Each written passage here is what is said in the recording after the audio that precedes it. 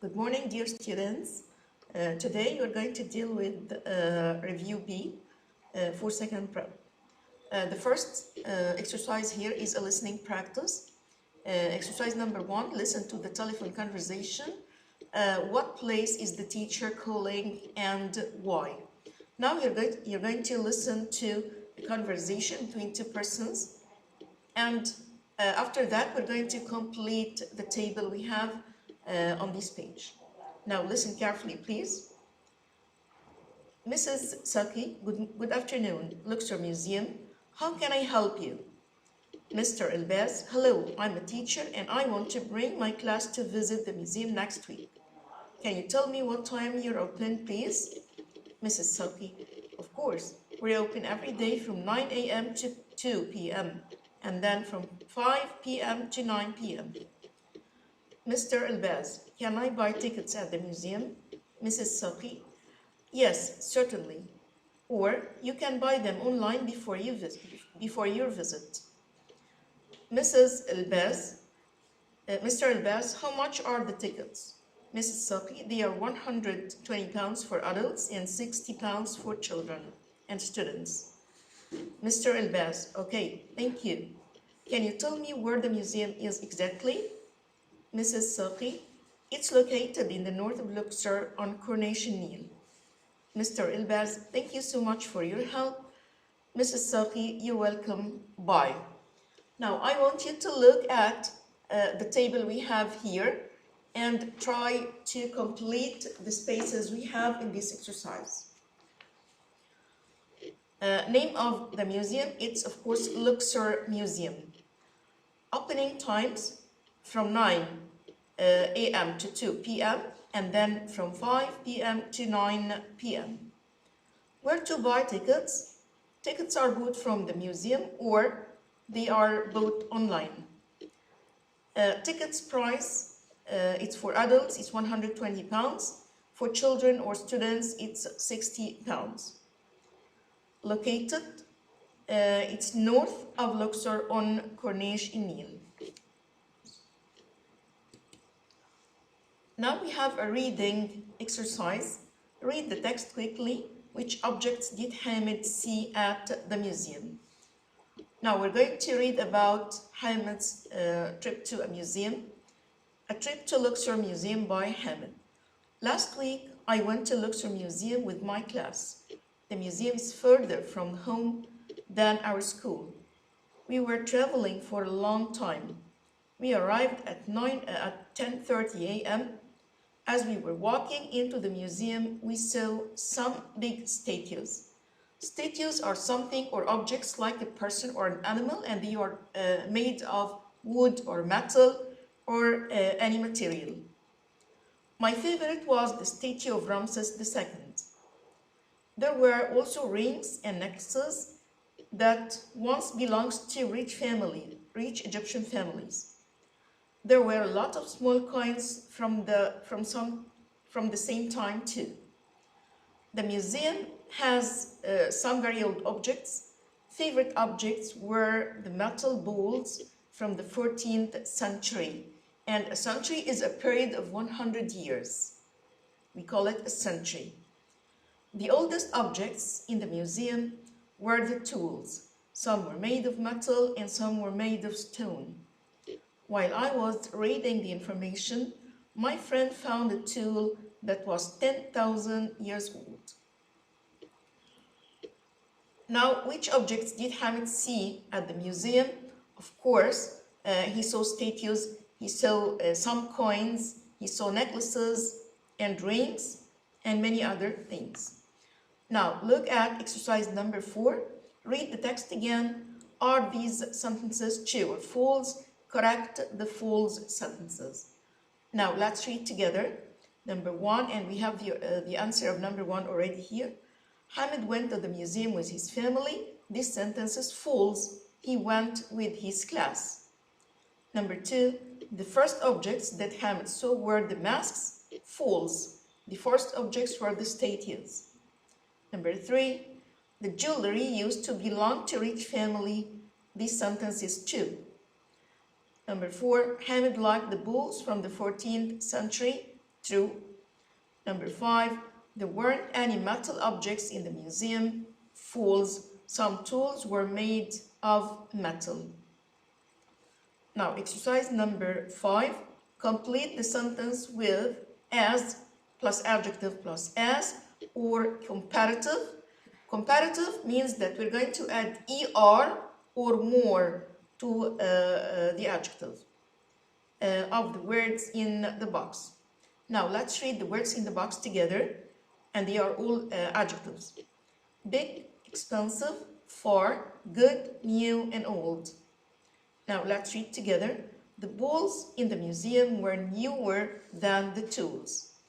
Number 2, the statues were than the coins. The statues were bigger than the coins. Number 3, the rings and the necklaces were as old as the coins because they belong to the same time. Number 4, Hamid liked the balls better than the tools. Number 5, tickets for adults are more expensive than tickets for children.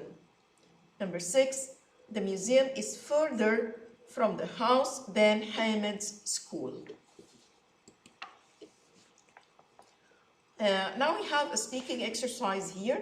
We have 4 pictures that tell a story. Work in pairs, take turns to describe the pictures and tell the story using the past simple and past continuous. Now let's look at the pictures and describe what we can see in this picture.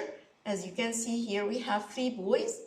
3 boys were walking on the beach, and the beach was full of rubbish. As you can see here in the bubble on the right side, some boys were walking on a sunny day. There was lots of rubbish on the beach. Suddenly, Ali saw a turtle. Here, as you can see in picture number 2, they saw a turtle. And if you look at picture number 3, there was a pink bag on the back of the turtle, and the turtle couldn't move. The boys helped the turtle, and they put off, or they removed the pink bag from the back of the turtle. The turtle was happy and she went to the sea. Now look at exercise number 2. Complete the sentence about the story with who, where, or which, or that. And as you know, these pronouns are called relative pronouns. And let me revise this lesson with you. We use who or that when we talk about a person. We use were for places. Which or that are used when we talk about objects or animals. Number 1, the boy who first saw the turtle helped it. We use the pronoun or the relative pronoun who because we are talking about a person, a human. Number 2, the beach, and the beach is a place. The beach where the boys saw the turtle was full of rubbish. Number 3, the bag. The bag is something or it's an object, so we're going to use which or that.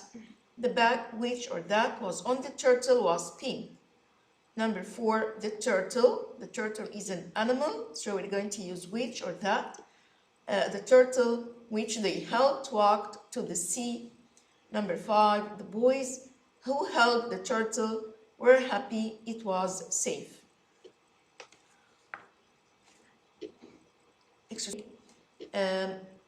Make a list of the beach rules using should, must, mustn't, or have to. And of course, we use should when we should or shouldn't when we give advice. Must is used for rules and laws. Mustn't for when something is forbidden. We are not allowed to do it. And we use have to for outside or outer rules, not from inside ourselves. Now let's read. You mustn't swim when the weather is bad. Now I want you to look at the yellow box here on the right. We're going to use modal verbs should, must, or mustn't, and so on. Number 1, don't swim when the weather is bad. Okay, we can say you mustn't swim when the weather is bad. Number 2, swim near the beach where we can see you. This is advice. You should swim near the beach where we can see you. Wear a hat between 11 a.m. and 3 p.m. This is also advice. You should wear a hat between 11 a.m. and 3 p.m.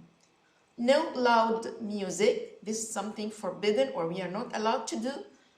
You mustn't use or play loud music. Put your rubbish in the bins. You must put your rubbish in the bins, or you have to put your rubbish in the bins. Only play ball games in the park area. You should only play ball games in the park area. And now let's turn to exercise number 4. This is a writing exercise. Use the notes to write a short newspaper report in your notebook about how a school helped the community. The community is something like a society, how to help the environment around yourselves. Now we're going to use some points, okay, and this is your homework. You're going to use to talk about who is going to help the community, students of the class of class 6 West Nile School. Why? You're going to talk about the reason, okay? Why they wanted to help the community or the environment. What? Cook 20 meals every week for people who are disabled. Disabled means the people who can't move or they can't see or they can't hear. It means the people who have disability. Where? At home, located in south of the city. Teacher. At the end of the paragraph, we're going to say that the teacher was very proud of his students. Teacher, I'm very proud. They worked very hard.